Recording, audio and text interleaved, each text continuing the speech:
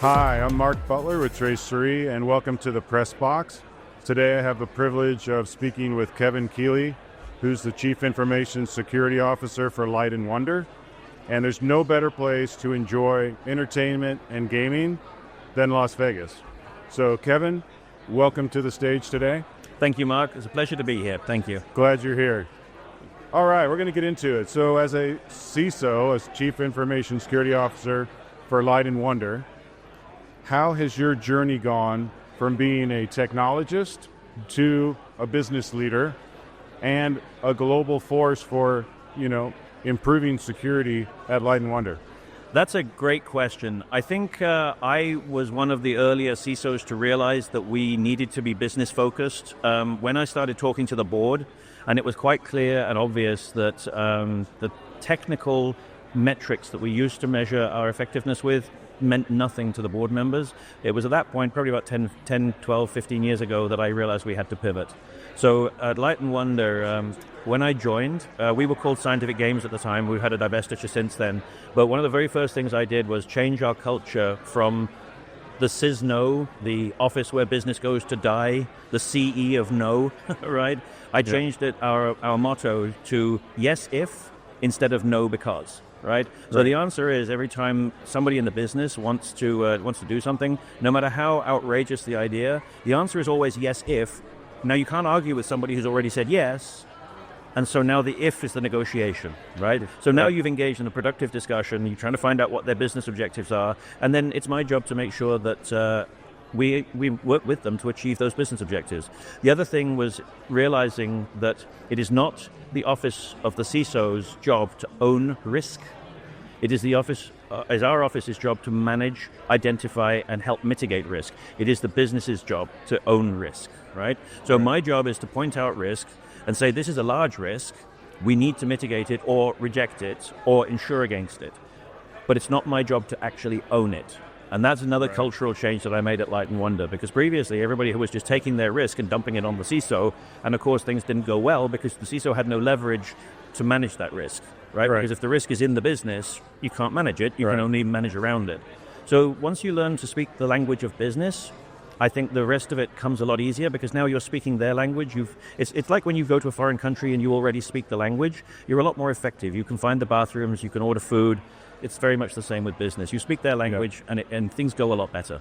Yeah, Kevin, you bring a great point. One of the challenges that most security leaders have is not taking personal ownership of the risk of their organization, right? And you made a very articulate statement that's not to be underestimated, right? For anybody that's leading a security program, anybody that's leading security efforts, anybody that's involved in culture change in an organization, of wanting to, you want to own the outcomes, but you don't need to personally own the risk, right? Absolutely. And so we've seen this evolution of the CISO role to be, on the board, to be in the executive, committees, but also to be part of the, director's insurance, the D&O insurance, right?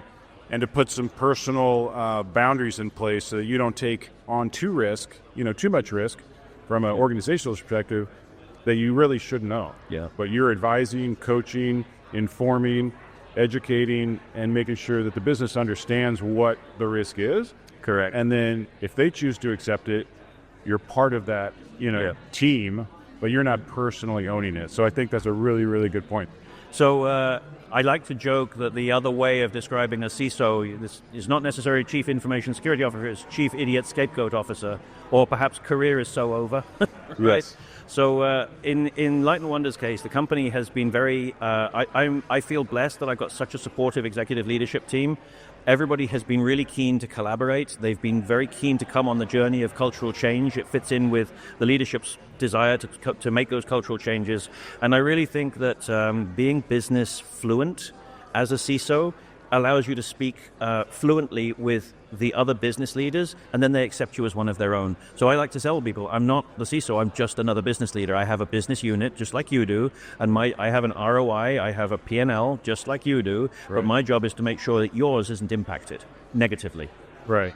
So how have you transitioned from being a CISO is a combination of a lot of things. So it's looking at a lot of trade-offs, all right? Where do I invest? Where do I maintain? And where do I maybe actually get rid of, tech debt and other things that are really, weighing the organization down, right? Yep. So, how do you blend the traditional risk trade-off leadership challenge in the age of, right, artificial intelligence, of your team should be using AI to improve their scalability, right? Yep. Along with, AI is going to be embedded into our SaaS products. AI is going to be embedded into our internally developed products in some way, shape, or form in a safe and a responsible AI manner. Yeah. Right. So how do you transition from that, that traditional risk trade-off management mindset to, a new paradigm of enabling AI within products, but then also enabling AI within internally developed software? Yeah, that's a series of great questions. Let me unpick the bundle a little bit. So the first part of what it was how do we do that management of risk and be more effective? And so one of the things I've done, and by the way, kudos to Trace3 for coming with me on this journey. You truly are a value-added reseller for me, which is why I'm so proud to put my business with you. What I did was I looked at the portfolio of security tools, the security stack, and then I looked at what IT was doing as well, and I rationalized my tool stack so that we were able to eliminate a bunch of spend on tools that were imperfectly or improperly deployed, tools that were too expensive and not being effective, tools that we'd done 80% of the work, but the 20% never got done, that sort of stuff. Immediately I joined the company, bought into an outsourced security operations center, a managed SOC, and after 4 years I pivoted to another provider because in the interest of cost savings and also leveraging AI, because the new incumbent heavily leverages AI to do tier 1 responses, and it's really improved the fidelity of the alerts that come to us for escalation. So as far as AI goes, we established an AI governance committee, so an executive governance committee last year, and we wrote the policy in conjunction with legal, and then this year we've established the AI steerco, because every part of the business wants to use an AI or more than one AI. We've already got corporate license for ChatGPT. A lot of us use Copilot, Microsoft's Copilot. My team, we leverage AI on some of the built-in tools like ReliaQuest, who's our managed SOC. They have AI now that's doing that. Abnormal is our email filtering, and I've been very impressed with their AI. We love Abnormal, by the way. Shout out to those guys too. Our developers, they want Claude. They want GitHub's Copilot, because now Microsoft owns GitHub. Copilot's built into GitHub too. They want all of the tools. A Nano Banana is another one that we got a request for. So basically what we do is we've had a lot of detailed conversations about the ownership of things created using AI. And the truth is, it's back in the old days when you had open source. Who actually owns that code? It's back to those old days because there is no legal precedent for saying the AI owns it. If you recall, there was a monkey who took a selfie of himself, and who owns that photograph? Right. Is it the monkey? He found the camera on the floor, picked it up, took a selfie, a big grinning selfie. It was very famous for a wildlife photograph. And there was a huge kerfuffle about who owns that picture. And in the end, it turned out to be the ownership was granted to the guy who owned the camera, right? But in our case, with AI, it's a little muddier, right? Right. If you don't have an individual instance for your AI and it generates code for you, then you've taught it how to generate that code. So what if one of your competitors then says, I want to create something that looks just like what Light & Wonder did? The AI goes, well, I know how to do that. Here we go. And vomits out exactly what we've got. Is that a copyright violation? Is that an intellectual property theft? How the hell do you get around that? So that's something where it's existential enough that it's not really my problem, but I'm certainly part of the team that's going to help manage it. So right now we've arrived at the point where we've decided that we have to have an enterprise license for AI that's used in creation. Right. And where possible, we want that to be dedicated to us, so not a shared LLM behind it. Right. While we're on the topic of AI, the big concern that I have is there's a big difference, a big leap between generative AI, which is relatively benign, if sometimes a bit dumb, and agentic AI. Once you empower an AI, essentially you have an employee who can't be held accountable. Right. So what do you do when that AI screws up, right? I was reading an article yesterday about a bunch of companies in China that are talking about replacing their CEOs with AI and letting the AI run the company. That seems like in the short term, that's fascinating. We're going to save all that money. Right. But then what happens when the AI starts going, well, I'm afraid we're going to have to start up the Fourth Reich. Right. Okay, I guess the CEO says that we're going to do that. That seems like a dangerous path to go down. I don't have any answers for that right now, and it's certainly something that I keep raising at our AI risk in the governance committee, just to make sure that we don't over-empower agentic AI too early. I saw that Dan Altman from OpenAI said by the time we get to ChatGPT 9, it will be able to replace any human. Did you see that? Yes, I saw that. So if you guys have the answers, I'd love to hear them. No, I think from an AI perspective, it's going to be interesting because you have identities that are going to be associated with agents. Yes. And there's going to be a set of permissions that those agents have based on the identities that they're basically, And those permissions are going to be managed by another AI, right? Right. And then you have maybe sub-agents on behalf of the agents that are spawning, tasks and activities and right. Executing tasks, right? But that's kind of devolving them back to the level of generative AI, right? Mm-hmm. I mean, that's where, and we can already do that. We can already automate minor and repetitive tasks with generative AI. You don't have to have an agentic AI. The agentic one is capable of more independent thought and making decision trees. That's what worries me. Right.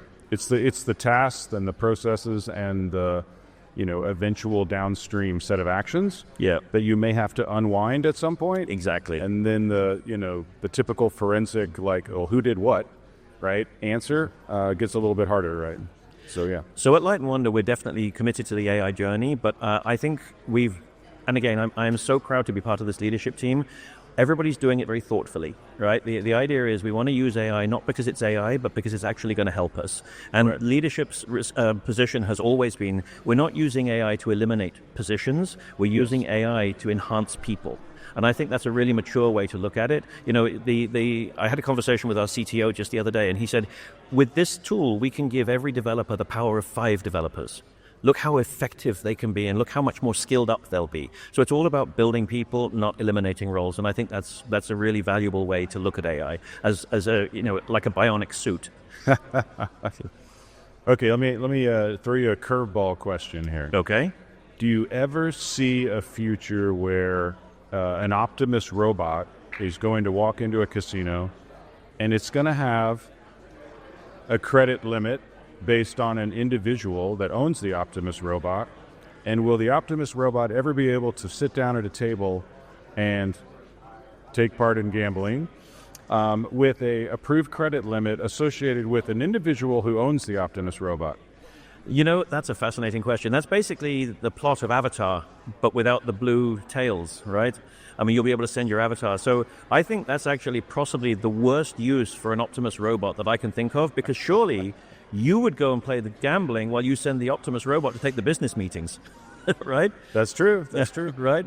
I mean, so I like to joke that with AI, we were supposed to have this utopian future where we would have robots to do our cooking and cleaning and stuff. We enjoyed our utopian future of leisure. Right. But instead, we seem to have outsourced the creation of creative content like pictures and art and so on to the robots, the AIs, while we still have to do the work. It seems like we got that one backward.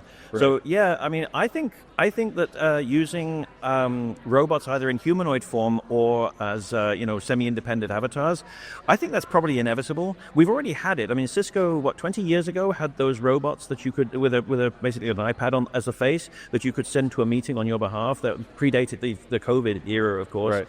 And then, what was it? The WikiLeaks guy, when Julian Assange, when he was on the run, he would appear in meetings as an iPad on a stick, basically, and people would move that around. And then eventually they put it on a little robot that he could move around, so he could walk around a meeting or a conference like this in virtual space. So, he had a pair of virtual goggles, one of the earlier ones that he would use to basically see where he was and recognize the people he was talking to. So, yeah, I think a semi-humanoid robot is inevitable to doing human tasks. Whether it will ever be allowed to sit down and gamble, casinos, you wander around the floor here. There are lines in the carpet around the slot machines. If you're under 21 and you cross that line, security will be on you like a pack of dogs on a 3-legged cat. Right. And the reason for that is the rules and laws around casinos are extremely tight. I don't think the laws currently include any use case that allows an avatar to take your place. You have to gamble in person. Right. So that, I think, would have to change. I think the capability will exist before it's allowed. Right. It's an interesting scenario to talk about. It is, right. Like, if I'm so passionate and I want to play multiple, tables at a time, right, and I want to scale up my, abilities, then, could that be an option in the future? So, bearing in mind the adage that the house always wins, if you were able to multiply your odds by sending out multiple avatars of yourself, so let's say that you were gambling simultaneously at all the strip casinos because you had a little army of robots, and they were able to act autonomously, or semi-autonomously, I think the casinos would have a problem with that, because then that would be, you're scaling up to be the house, and now you're always winning, and they don't like that. Right. If you look around you at the opulence and grandeur of Las Vegas, people go, oh, wow, this is awesome. Who paid for it? It's like, you did. Thank you very much for your contribution. Yeah. Well, it was a left curve question, so I appreciate you taking it. That's a good question. I mean, if you look at the future, I think the future has an inevitable... We're going to use robots as doppelgangers for ourselves. Whether it's an AI that attends a Zoom meeting on your behalf, takes notes, participates, gives the points that you programmed it to give, and then gives you a summary when it's all done. Right. Or I think that we can pretty much do that today, right? I mean, that is, if not possible today, it will be by the end of this year. The AI train is moving that fast. It'll be available in the next couple of weeks, or maybe months. For the far future, where we have, and by far future, I'm talking internet years now, so maybe we're talking the next 3 to 5 years, I feel sure that we will have physical avatars that will be able to perform tasks on our behalf. Yes, for sure. What do you think? Well, I think it's the best time to be alive. Yeah. I think it's the most challenging time to be alive. But hey, with big challenges come big opportunities. So, I think as a security leader, I'm looking really forward to the next, 3 to 5 years, and it's also going to be a myriad of challenges to solve for. For sure. But, without hard problems, where's the fun, right? Yeah. So if you look at the really disruptive changes that have happened to humans over the course of our existence, when we moved from nomadic to static agrarian existence, that resulted in a boom of technology at the time, right? There was a boom of the quality of tools. Once we started farming, there was we could now suddenly have more people because you could afford to feed them, right? Then the Industrial Revolution was incredibly disruptive, and I know a lot of people were terrified about it, right? It's, oh my God, what are we going to do? And the Industrial Revolution started with the loom and the printing press, and it sort of ended with the internet. Now I believe we're into the virtual industrial revolution. But in each case, these huge ructions which have terrified people, and there have been alarmist noises in the press about them all, we have prevailed. As a species, we've prevailed and we've prospered, right? So the Industrial Revolution, admittedly, we screwed up the climate, but okay, we'll still take the good with the bad, right? We can fix that. We'll ask the AIs to fix it for us. It'll be fine. Yeah. But the world that we live in today is full of marvels and wonders that would have been... Well, what is it Arthur C. Clarke said? A technology sufficiently advanced is indistinguishable from magic.